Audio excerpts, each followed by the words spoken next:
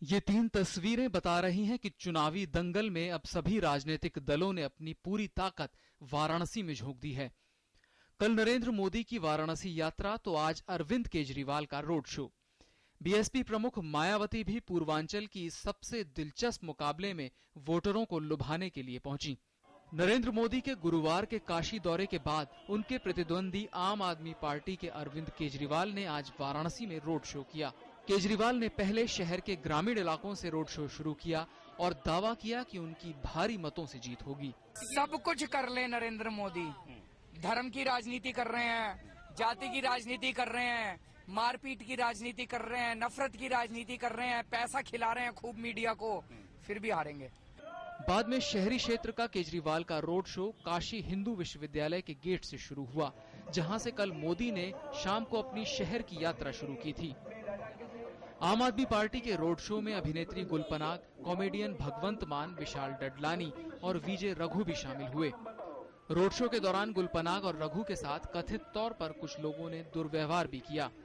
आरोप है कि ये बीएचयू के छात्र थे जो एबीवीपी से जुड़े थे।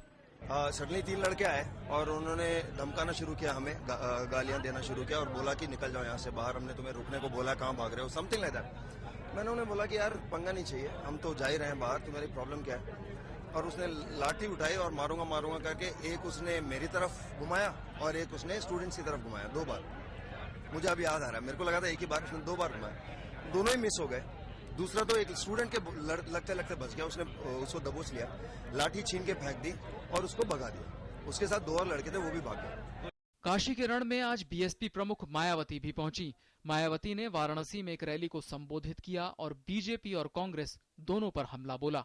पूरे देश में काफी हद तक कसूरवार कांग्रेस पार्टी को ही मानकर चलती है, जिसने आजादी के बाद या सबसे ज्यादा लंबे समय तक केंद्र व राज्यों में भी राज किया है। इस पार्टी के अलावा केंद्र में बीजेपी का लगभग 6 वर्षों का शासनकाल भी यहाँ कोई खास अच्छा नहीं रहा है। केजरीवाल और मायावती के बाद कल बारी राहुल गांधी और अखिलेश यादव की है। राहुल गांधी कांग्रेस उम्मीदवार अजय राय के समर्थन में रोड शो करेंगे, जबकि यूपी के मुख्यमंत्री अपने उम्मीदवार के समर्थन में रोड शो करेंगे। देखिए, जबरदस्त उत्साह है कांग्रेसियों में और बनारस की जनता में। हम अपने नेता राहुल गांधी जी का स्वागत करेंगे और यहाँ जहाँ हम गए और जो उनका रोड मैप तैयार किया गया है, वहाँ भारी संख्या में लोग एकत्र होंगे और उनका स्वागत करेंगे और कांग्रेस को वोट देंगे। वहीं बीजेपी का दावा है कि कांग्रेस और आम आदमी पार्टी लाख कोशिश करे, लेकिन वाराणसी में मोदी की जीत तय है। इस बार के चुनाव में एनडीए 300 से ज्यादा सीट पाएगी और स्पष्ट बहुमत के साथ भारतीय जनता पार्टी के नेतृत्व में एनडीए की सरकार होगी और श्री नरेंद्र मोदी देश के अगले प्रधानमंत्री होंगे। चुनावी महासमर के आखिरी चरण के मतदान में 41 सीटों पर मतदान होना है, लेकिन पूरे देश की दिलचस्पी जिस सीट पर है वो है वाराणसी।